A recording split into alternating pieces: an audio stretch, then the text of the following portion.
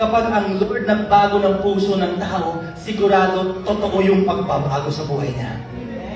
We need a change of heart. And the Lord has promised this to us.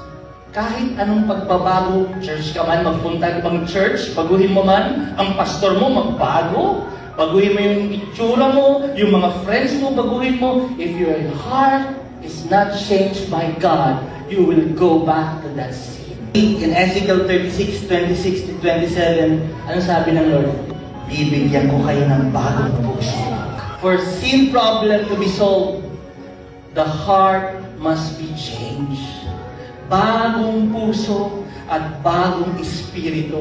Ang matitigas niyong puso ay magiging pusong masunurin. Amen! Ibibigay ko rin sa inyo ang aking espiritu para maingat ninyong masunod ang mga utos ko at mga tuntunin.